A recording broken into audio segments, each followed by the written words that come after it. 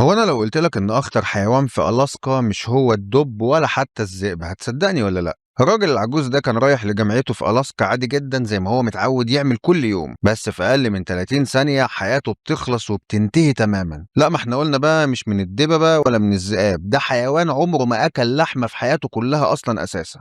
طب إزاي حيوان نباتي قدر يقتل إنسان بضربة واحدة؟ وليه الشرطة بعد كده هيضطروا إنهم يخلصوا عليه هو وابنه؟ وليه الحادثة دي تم تصنيفها إنها أبشع حادثة حصلت سنة 1995 في ألاسكا؟ عاوز تعرف أقول لك، بس زي ما إحنا متعودين صديقي الإنسان قبل الكلام واجب السلام، السلام عليكم ورحمة الله وبركاته، فيديو جديد من اوعى الوحوش تبقلشك.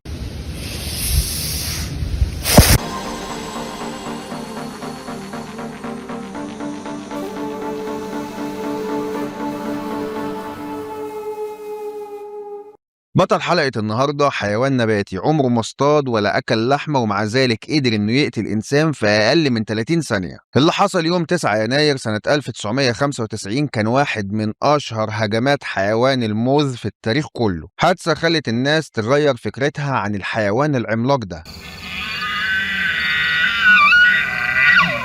الراجل العجوز اللي قدامنا دلوقتي ده يبقى اسمه ميونج تشين را، راجل كوري امريكي عنده 71 سنه. كان خارج في اليوم ده من بيته الصبح علشان يروح لجامعه الاسكا في مدينه أنكوريدج.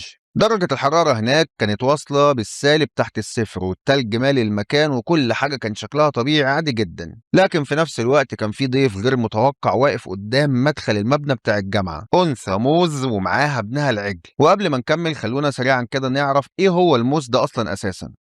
البغل اللي قدامنا ده هو أكبر فرد في عيلة الغزلان على مستوى المجرة بتاعتنا دي كلها. الذكر منهم بيوصل وزنه لأكتر من 800 كيلو جرام وارتفاعه عند الكتفين بيقرب لل 2 متر. أما بقى سلاحه الفتاك والكلام هنا عن قرونه اللي ممكن يتعدى عرضها المترين. ورغم إنه حيوان نباتي إلا إنه من أقوى الحيوانات البرية في القارة الشمالية كلها. سرعته بتوصل ل 55 كيلو متر في الساعة الواحدة، وبيعرف يعوم لمسافات طويلة، وبيقدر يغطس ل 6 متر تحت سطح المية. على فكرة أنا ضحكت عليكم دلوقتي لأن سلاح الحيوان ده الحقيقي والفتاك مش القرون أبدا، لا دي الحوافر بتاعته. كفاية بس أقولك إن ضربة واحدة بس من رجل الموز كفيلة إنها تكسر وتدغدغ عظم أتخنها إنسان في الكوكب ده كله. وده السبب إن حراس الحياة البرية في ألاسكا دايما بينصحوا الناس إنهم يبعدوا عنه مسافات كبيرة، خصوصا بقى لو كانت أنثى ومعاها عجل صغير، لأن الأم وقتها بتتحول لحارس شخصي ومستعدة تضحي بنفسها وبحياتها عشان تحمي ابنها بس، وده بالظبط اللي هيحصل دلوقتي.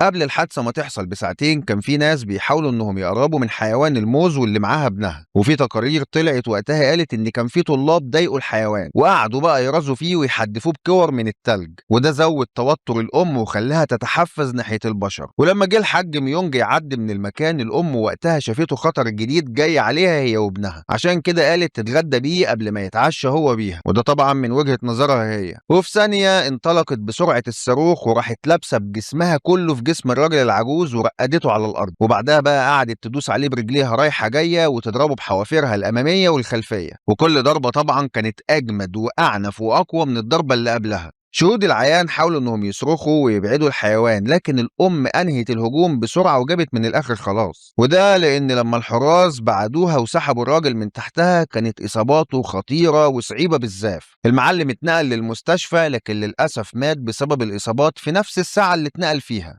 الخبر انتشر بسرعة جدا والناس بقت بتسأل ازاي حيوان نباتي يقدر انه يقتل انسان بالسرعة دي، بس الخبراء وقتها قالوا ان الموز مش شرس بطبيعته، لكن لو في حد حاول انه يستفزه هيتحول لآلة قتل بلا شك. واحب اقول لك ان القصة ما خلصتش لحد هنا، لان بعد 4 ايام بس من قتل الراجل الكوري نفس الام دي حاولت انها تهجم وتقتل شخص تاني كان رايح للجامعة.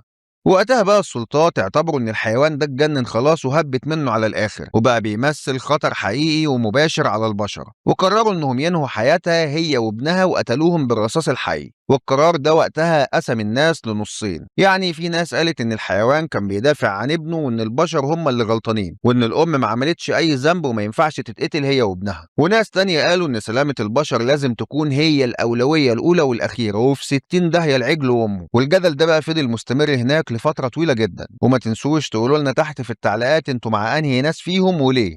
الدرس الحقيقي المستفاد من الحكاية دي كلها بقى هو ان الحيوانات البرية ما بتفكرش زينا ابدا، يعني يعني هم مش بيهاجمونا لانهم اشرار ووحشين، لا هم بس بيتصرفوا بغريزتهم، خصوصا لو حسوا بالخطر او التهديد. عشان كده اي حد فيكم يا اغنياء هيروح الاسكا او كندا او اي مكان فيه موز ما يحاولش يقرب منهم ولا يتصور معاهم من مسافة قريبة، ولا يفكر مجرد تفكير بس انه يقرب من معاها ابنها، لانك ممكن وقتها تحصل الحاج ميونج وتتقتل في اقل من 30 ثانية، وهنضطر وقتها بقى اننا نعمل عنك حلقة هنا ان شاء الله. دلوقتي بقى هنروح لفقرة قلبي، وهي أجمل التعليقات اللي اتكتبت على الحلقة اللي فاتت، حلقة البنتين اللي نزلوا للمية بالليل عشان يعوموا مع التماسيح ويصوروا فيديو تحدي على التيك توك. أول تعليق من الأستاذة نينو بتقول: أنا بحب القصص الغريبة بس مش للدرجة دي، التماسيح قالت لهم عايزين تعملوا محتوى، ها حلو قوي، تعالوا يا حبايب قلبي. يا أستاذة نينو أنت فرحانة فيهم ولا إيه؟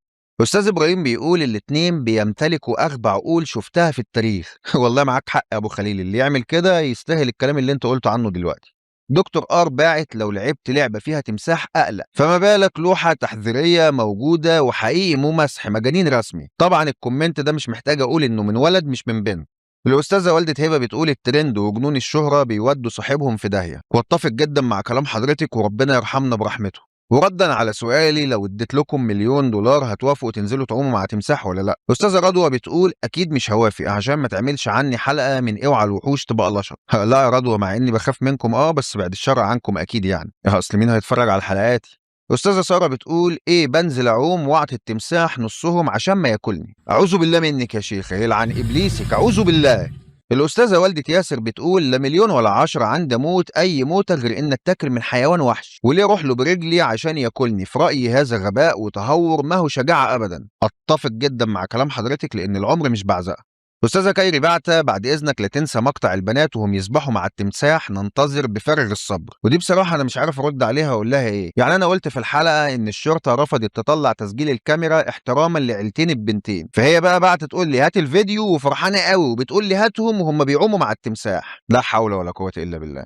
أستاذ طلال بيقول: بنات القناة جايين من الدارك ويب. والله أنا مستغرب أصلا إن في بنات بيتابعوا النوع ده من المحتوى، لا وكمان طلعوا كتير قوي، ربنا يحمينا منهم يعني. أهو اتفضل يا عم. أستاذة توتة بتقول إيه: أنا كمان عايز أشوف فيديو تقطيع ودم ولحم البني آدمين متنطورة كده شمال ويمين. متنطورة؟ عايزين كده فيديوهات افتراس افتراس يعني، مش أي كلام. بالله عليك يا محمد، عايزة فيديوهات موت. والله أنا قعدت شوية مع نفسي كده على ما أفهم أنت كاتبة إيه وعايزة إيه. حضرتك شايفة أنت بتطلبي إيه؟ أنت لو شغالة في المذبح مش هتطلبي مني كده بصراحة، الله يكون في عون أي حد يعرفك. أستاذ مالك كاتب: مش عارف ليه الواحد بيحب يجلد ذاته ويتفرج على الفيديوهات دي مع إني بخاف منها، ودي حاجة حييك عليها وعلى طريقة سردك الجميلة. ثانيا أنت بتبقلشنا بالفيديوهات اللي بتحطها قبل الانترو، أنا بتفزع من الهجمات المفاجئة دي لدرجة إن التليفون وقع من إيدي. التليفون وقع من إيدك؟ والله العظيم شباب القناة هنا كيوت وطيبين قوي، الدنيا تشقلب حالها. بص كده على كومنت توتا اللي قبلك على طول، هل توتا أستاذة اتش بقى اللي قفشتها المرة اللي فاتت بتقول لي: عرفت منين إني بنت؟ طبعا مش محتاج أقول لك أنا عرفتك من كلامك يعني. حرام عليك ظالم بنات القناة، ده إحنا أكيت من الكياتة بس بنحب السسبنس والأكشن. بص يا أستاذة اتش، لو أنت مصدقة كلامك اللي أنت كاتباه ده أنا هصدقه. الأكيت من الكياتة قال هقاو. استاذ محمود عبد الناصر كاتب: ربنا يرحمنا برحمته، انا رحت التليجرام وخفت الصراحه جدا وزعلت لان برضه في الاول والاخر دول بني ادمين حتى لو كانوا من الهند او من اي حته، وربنا يرحمنا برحمته ان شاء الله ويصلح حال البنات يا رب. اللهم امين يا رب، اللهم امين. اعتراف كده على جنب، انا بحب رجاله القناه بجد، طيبين وفي حالهم ومش دمويين خالص. استاذ باسل بيقول: عاوزين نشوف فيديوهات اكل الاسود للبشر، محدش هيتاكل قريب من الاسود ولا ايه؟ يا باسل ايه ده اكونت فيك ولا ايه يا عم انت؟ ده انا كنت لسه بشكر فيكم. انت اكيد قصدك ان اساطير الاسود وحشتك، بس انت اتلخبطت او خانك التعبير. الشباب هنا طيبين قوي، بنقول طيبين. استاذ طه باعت: استاذ محمد انا بحبك جدا وعايزك الفيديو اللي جاي تقرا التعليق ده، انا حاليا بخاف من بنات القناه وبيطلعوا لي في احلامي، منك لله يا بعيده انت وهي هتجيبوا تروما رجاله القناه. امشوا يا بنات امشوا. خلاص يا طه هم مشوا ما تخافش. بعدين اسمك طه وبتخاف ازاي؟ أستاذة 12 كاتبة: الله يبارك لك، أنا من الجيل القديم، رجعتني سنوات كتيرة للوراء، أيام عالم الحيوان كل جمعة. الله يرحم العظيم محمود سلطان ويبارك لك في صحتك وشبابك يا ابني، الله يرحمه ويغفر له ويبارك في عمر حضرتك يا رب، وشكرا جزيلا لكلام حضرتك الجميل. أستاذة بوس جيري اللي بتقول: والله أكتر حاجة بحبها تعليقاتك اللي بتموتني ضحك، الله يسعدك ولك المثل يا رب، ربنا يفرحكم ويسعدكم جميعا. نختمها بقى بتعليق أستاذ عصام اللي بيقول فيه: الجميل اللي فيك سببه إنك فيك عرق مصري وعرق مغربي، وهذه العروق طلعت واحد دمه زي العسل. ربنا يخلي حضرتك. شكرا جزيلا، وتحياتي لكل أهلنا في المملكة الحبيبة. اللهم حرر المسجد الأقصى من اليهود الغاصبين. اللهم آمين يا رب العالمين. وما تنسوش إخواتكم من الدعاء يا أساطير. وبكده يكون خلص فيديو النهارده من اوعى الوحوش تبقى لشر. صديقي الإنسان الجميل الحبوب، قول لي بأمانة كده، كنت تعرف قبل الفيديو ده إن في حيوان نباتي ممكن يكون أخطر من حيوانات مفترسة كتير ولا لأ؟ اكتبوا لنا تحت في التعليقات، وخلونا نشوف مين اللي أسمائهم هتنور معانا في الحلقة الجاية. وإن شاء الله استنونا في حلقات جاية أقوى وأمتع. والسلام عليكم ورحمة الله وبركاته.